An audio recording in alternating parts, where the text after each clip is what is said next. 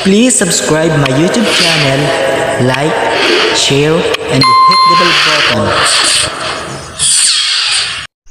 Welcome back to my channel. For today's video guys, may i-share ako sa inyo guys kasi guys gusto kong ikwento sa inyo na na-demonetize yung YouTube channel ko.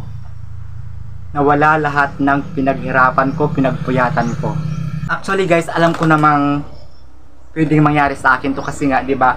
Kung mapapansin nyo guys yung aking latest video ay ako'y nag-upload ng mga video ng galing sa ibang content creator tulad nung dun sa nag-viral o nag-trending na kasambahay na inabuso ng amo.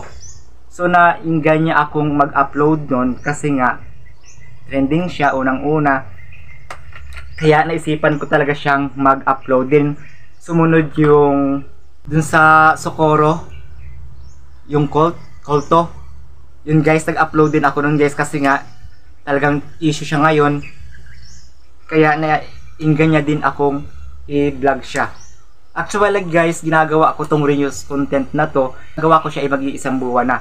At doon naman guys ay walang restriction, hindi nag-i-email sa akin si YouTube kung may restriction. Ako kumbaga okay lang. Di nag-upload din ako nung mga estudyante na graduate na mga naging summa cum laude. So nag-upload ako nun guys kasi kumbaga gusto ko din i-share video na ganon na para mas ma-inspired pa yung mga kabataan o yung ibang estudyante. So kaya ko ginawa yung mga video na yun. So syempre siguro gusto ko din mas tumaas din yung aking views, yung ganon. Then yung isang gabi binalikan ko ulit yung video ni Ate LB Vergara. Binalikan ko siya, nag-upload ulit ako nun. Naghanap ako nung video na nung 11 years ago, yung isang kasambahay din na inabuso din na si Bonita Baran. So ang haba kasi ng video ni Bonita Baran ay nasa 2 minutes. 2 minutes siya, ganun siya kahaba. Nung in-upload ko siya, di may copyright nga. Then nung nakita ko siya may copyright, dinilit ko siya. Then inedit ko ulit. Mas pinaiksi ko lang siya, kumbaga wala na siyang 1 minute na yung ikinat ko lang talaga siya. Kumbaga yung pinaka-importante lang yung kaya tinira ko dun para magkaroon ng comparison dun sa amo ni Ate LV at sa amo ni Bonita Baran. So yun, in-upload ko siya at okay naman. Tumagal siya ng 1 day at okay naman, nagkaroon siya ng mababa lang yung views. Parang nasa 200 views lang, 200 plus views yung video na yun. So kahapon ng hapon guys, mag-a-upload ulit ako ng video. Siguro mga 5:30 and afternoon, may nag-notify sa akin from YouTube na yun nga, demonetize ang channel ko. Ipapakita ko sa inyo yung kung ano yung email sa akin ni YouTube. Ipapakita ko dito kung ano yung email sa akin ni YouTube. So syempre guys, kumbaga hindi naman ako ganun talaga nagulat kasi alam kong pwedeng mangyari kasi nga yung mga video ay hindi naman talaga sa akin. Kumbaga aware ako doon, kumbaga syempre kumbaga nakaramdam lang ako ng konting panghihinayang dahil nung nag-upload ka sa ako guys ng mga ganung video na sa Senate hearing kasi galing din yung video na yon, talaga namang tumaas yung aking mga views at tumaas din talaga ang revenue ko guys. Ay gusto kong ipalam sa inyo guys, talagang hindi pa ako nakakasahod sa YouTube. Kumbaga meron akong earnings sa aking Google AdSense. Hindi pa siya ganun kalaki, hindi ko pa nare-reach yung $100 threshold para mapasahuran ako ni YouTube. Kumbaga hindi pa siya ganun kalaki. At yun inasa Google AdSense ko na hindi ko alam kung pati yung earnings ko sa Google AdSense ko ay masasahod ko pa. Yun ang hindi ko alam, kaya lahat ng pinaghirapan ko, pinagpuyatan ko ay mawawalan lahat.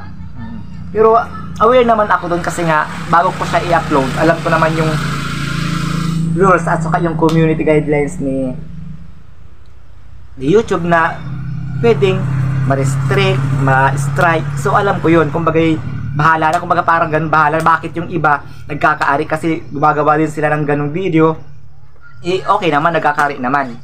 Kaya kumbaga parang ganun din yung naging mindset ko, okay lang kung ano man mangyari, okay lang. Kaya lang hapon ng hapon, kahit medyo aware ako sa ganung sitwasyon, parang nanghinayang din ako guys, kasi nga papakita ko dun sa inyo guys kung magkano yung kinita ko dun sa mga video na yon.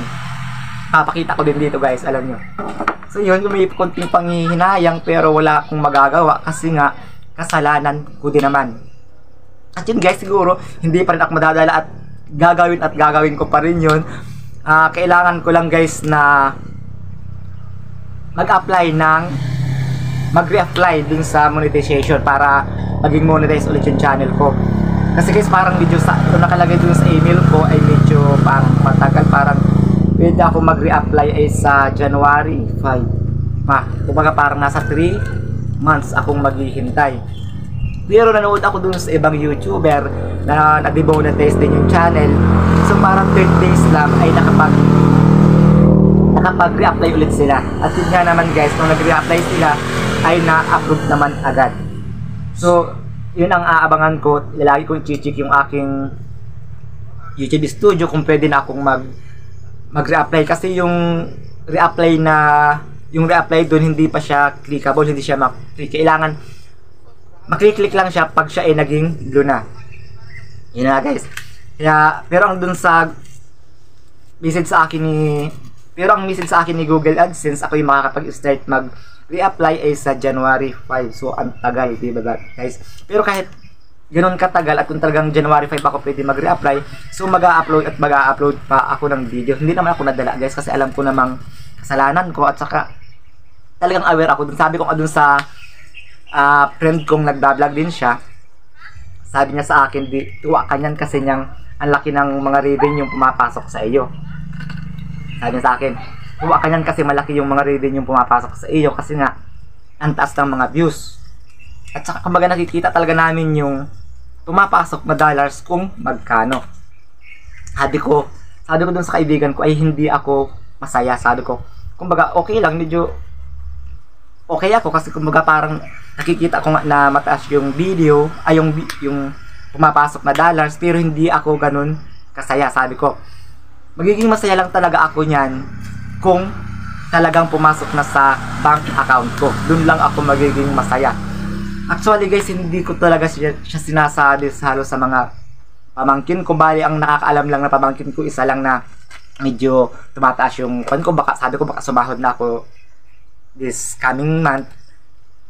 Isa lang yung isang pamangkin ko lang sinasabihan ko, tapos yung mga kasama ko dito sa bahay, sila lang nakakaalam, pero dun sa ibang mga pamangkin ko hindi nila alam na ganun. Kumbaga ayaw ko nga ikwento nga kasi nga iniisip ko na baka may magkaroon ng problema na tulad nito, ayaw kong ma-disappoint. Kumbaga parang siguro baka mawalan din sila ng gana, ganun. Ay hindi ko talaga siya kinikwento. Kumbaga ipapaalam ko lang sa kanila ay kung nakatransfer na sa bank account ko, dahil okay na yung payment method ko, nakapagbukas ako ng bangko. Kaya hindi ko talaga siya ikinikwento. Kumbaga yung dun nga sa friend ko, kasi lagi kong kasama yung kumbaga ko yung nagdadag sa ibang lugar, siya yung driver ko, si Batang San Andresin Vlog, shout out sa'yo. Yun nga yung tanong niya sa akin kung masaya daw ako. Sabi ko hindi ganun kasaya, kasi nga may posibilidad na ma-restrict ako, magkaroon ako ng restriction or strike dun sa ginagawa kong pag-upload ng ganung video. Kaya hindi talaga ako ganun kasaya na dun sa nakikita akong pumapasok na mga kita ko sa YouTube ko. Yun nga guys, hindi ko alam kung makukuha ko pa o masasahod ko pa yung nakapending dun sa YouTube studio ko, kasi guys medyo may kalakihan para sa akin guys na small content creator. Kaso dun sa nakapending na kita ko dun sa aking YouTube studio ay talagang manghihinayang. Kumbaga may panghinayang ako, kaya alam kong bagay tanggap ko nga, kasi nga alam ko namang mali. At saka bago ko ito ginawa, alam ko talagang mali. Kumbaga, yun nga, sabi ko try lang, okay, try lang, sabi ko gano'n. At yun na nga ang nangyari sa kartatry ko, na demonetize ang channel ko. At yun guys, hihintayin ko kung titingnan ko siya, i-check ulit yung aking, kumbaga i-check ko naman lagi yung aking email kung may nag-email si YouTube na kung pwede ko na siyang i-reapply. At yun guys, ang ginawa ko ngayon, dahil na-demonetize nga ako, ang ginawa ko, pinang-delete ko na ulit yung mga videong hindi sa akin. I-delete ko na siya kasi nga kailangan ko siyang i-delete dahil pag nag-reapply ako, baka kung hindi pa siya deleted, baka hindi ako ma-approve ni YouTube kasi nga meron akong restriction or violation. Kaya ngayon pa lang ay nililinis ko na ulit yung YouTube channel ko, yung mga copyright, kung may copyright pa, kung i-check ulit siya, lilinisin ko siya bago dumating yung time na pwede na akong mag-reapply.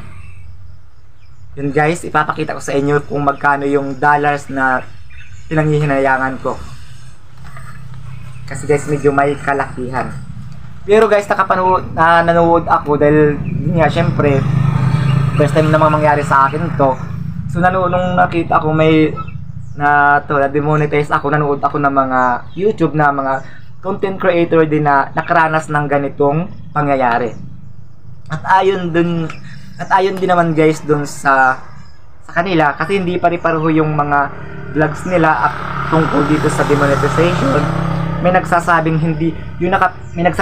yung nakapending na sahod sa YouTube studio namin ay hindi na nakukuha, at meron din naman nagsasabi na lahat ng nakapending sa YouTube studio namin ay nakukuha pa siya pag ikaw ay na monetize ulit. Yun, nakukuha daw yun after 1 month. So nakukuha daw yun after 1 month pag ikaw ay na monetize ulit. Sana monetize ulit ako din at makuha ko pa yung nakapending na mga dollars ko. Nakinita ko dun sa mga video, hindi naman talaga sa akin, okay lang. Kung hindi ko makukuha, di okay lang din. Ang sa akin lang ay ma-monetize ako dahil sayang naman guys yung pinaghirapan ko, yung pag-i-edit ko ng inaabot na ng madaling araw. Minsan wala akong tulog para lang mag-edit. Kahit ganun lang guys yung video ko guys na sa tingin nyo hindi okay, yun ay pinagpuyatan ko, talagang dumaan din siya sa editing na talagang inaabot ako ng magdamag, minsan walang tulog. Kaya medyo nakakapanghinayang din. Guys,